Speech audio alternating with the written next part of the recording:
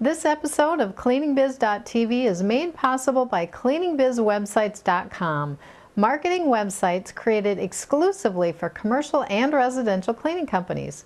These websites give you all the marketing tools you need to convert website visitors into clients.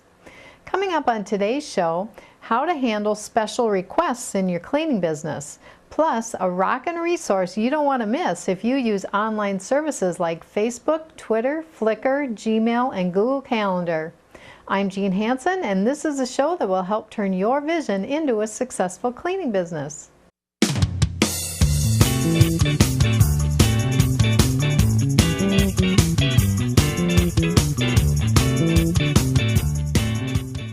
Do you ever get special requests for additional services from your customers? Maybe they decided to go through their old files and left you this huge pile of papers and boxes that need to be hauled out to the trash. Or maybe they had a birthday party and left a big mess with confetti all over the floor and cake crumbs ground into the carpet.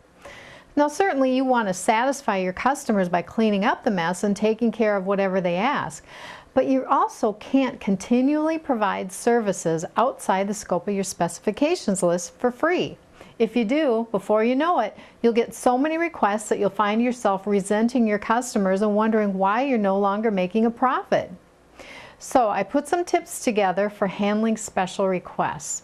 First, if it's a minor request like removing a dead plant or running a vacuum through a room that you normally don't clean, go ahead and do it without charging extra.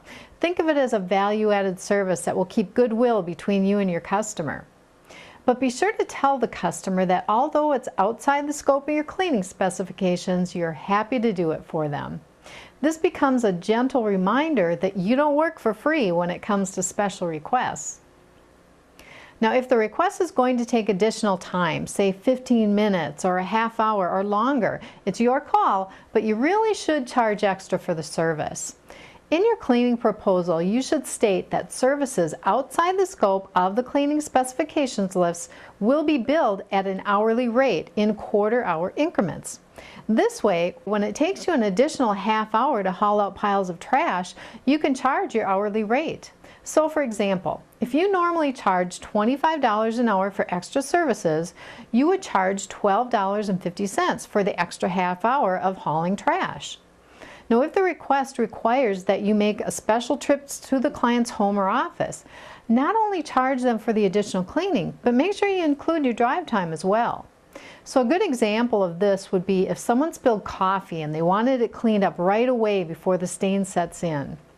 You'll want to make every effort to handle the problem for them as quickly as possible and perhaps give them an estimated price over the phone so that they'll know that they're going to be charged.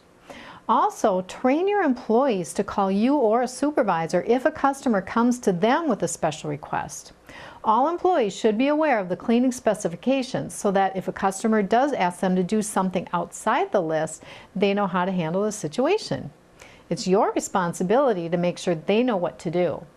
So, when it comes to special requests, keep your clients happy by being cheerful and quick to respond.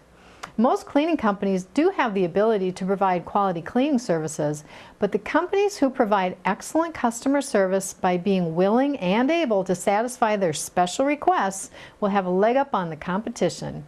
The key is to let your customer know how it works up front so there are no surprises later when they receive the additional charge for the service. Now, I'd like to hear your thoughts on this topic. How do you handle special requests? Just post your comments below the video at CleaningBiz.tv. Coming up next, a rockin' resource you need to know about if you use online tools like Gmail, Google Docs, Facebook, Twitter, and Flickr. Today's rockin' resource is called Backupify. Most of us use some of the common online services like Facebook, Flickr, Gmail, and Google Calendar and Google Apps.